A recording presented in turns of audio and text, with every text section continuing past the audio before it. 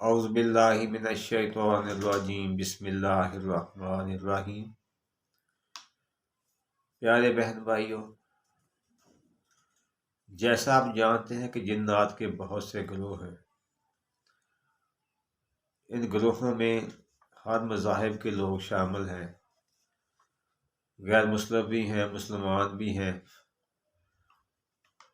تو آج ہم جس جنات کے جس گروہ کے بارے میں بات کریں گے نا، اس کا نام ہے حنان۔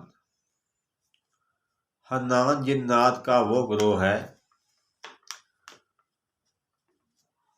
جس نے جب اللہ تعالیٰ نے جبرائیل علیہ السلام کو آسمان سے فرشتوں کی فوج دے کر بھیجا، جنات نے زمین پر بہت زیادہ خون خرابہ، قتل و غارت، بے انصافی، ظلم کی انتہا کر دی۔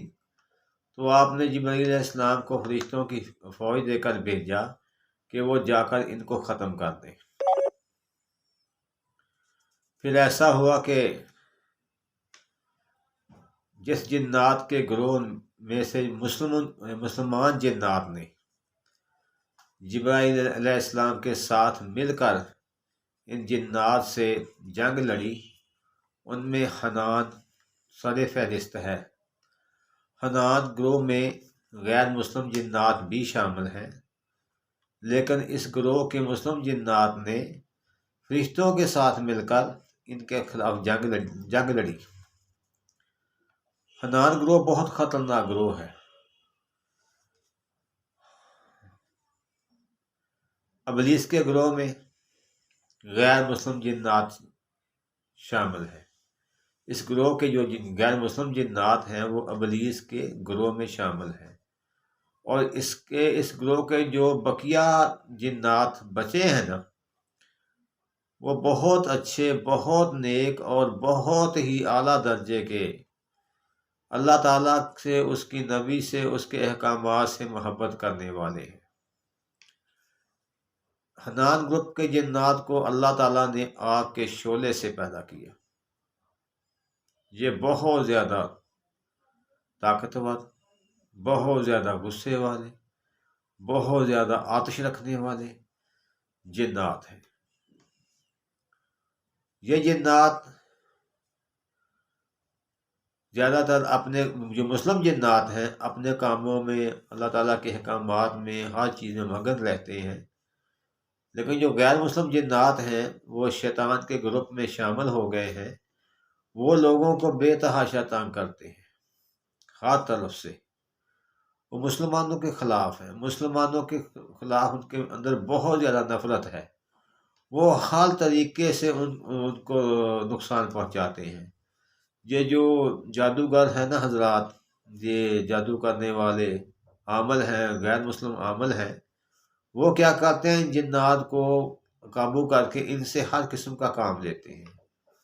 بچے کی بندش کا، روزی کی بندش کا، کاروبار میں مسئلے کا، بے اتفاقی کا، ذہن کو بدل کر زمین یا جائیداد نام لگوانے کا، دکان کا کام ہو وہ ساتھ نام لگوانے کا، یا کوئی کسی کا دماغ بدلنا ہو شادی رشتے کے لیے، تو یہ جو جنات ہیں نا، وہ ان جنات سے غیر مسلم عامل یہ کام لیتے ہیں، جسے ہم کالا جادو کہتے ہیں۔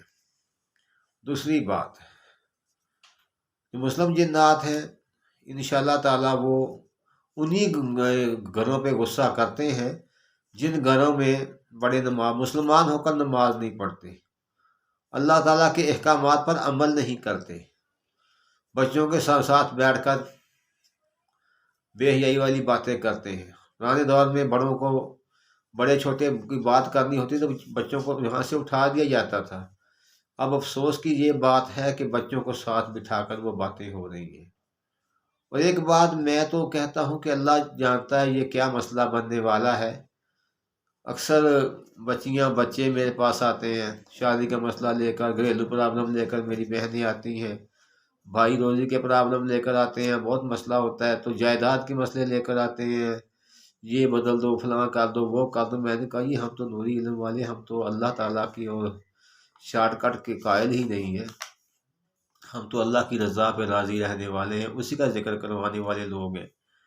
تو بہت حیرانگی ہوتی ہے اس بات کو سن کر کہ آج کل لوگوں نے زنا کو گناہ سمجھنا ختم کر دیا ہے، برائی کو برائی سمجھنا ختم کر دیا ہے، اور مہمان کے آنے پر ان کے تیور خراب ہونے لگتے ہیں۔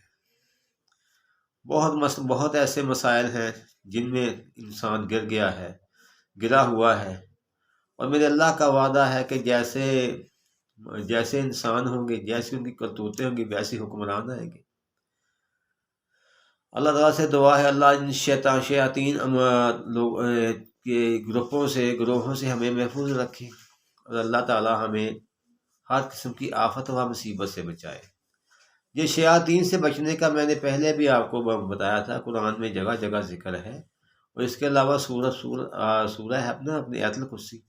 آیت الکرسی ذکر اعظم ہے، بہت اچھا بڑا ذکر ہے ان کے خلاف، اس سے بڑھ کر کوئی ذکر ہے نہیں ان کے خلاف، سب سے بڑا ذکر آیت الکرسی ہے۔ جو سب مرضی جادو، جو سب مرضی جن ہے چلا جاتا ہے۔ تو ایک بات بچوں کو بارہا سمجھاتا ہوں پھر بھی، کہ 3 چیزیں زندگی میں یاد رکھنا ہے۔ نمبر 1 کہ دنیا کا سب سے بڑا سچ جو ہے وہ موت ہے، ٹھیک، اور سچ کیا ہے؟ موت ہے۔ اور سب سے بڑا جھوٹ کیا ہے؟ یہ زندگی ہے، پتہ نہیں کب اس نے ختم ہو جانا ہے۔ موت تو اٹل حقیقت ہے، بہت بڑا سچ ہے، وہ تو واقع رہنی ہے۔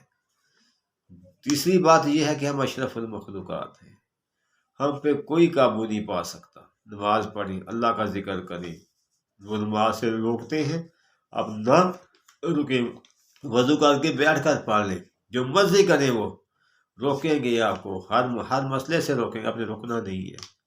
عبادت کرنی ہے، اللہ کا ذکر کرنا ہے، اللہ کا حکم بجا لانا ہے، اور انشاءاللہ تعالیٰ ایک بات اور یاد رکھنا، اللہ نے 18,000 سے اوپر مخلوق پیدا کی ہے، لیکن 2 مخلوقیں اللہ تعالیٰ نے ایسی پیدا کی ہیں جن کا حساب ہونا ہے۔ نمبر 1 انسان، نمبر 2 جنات۔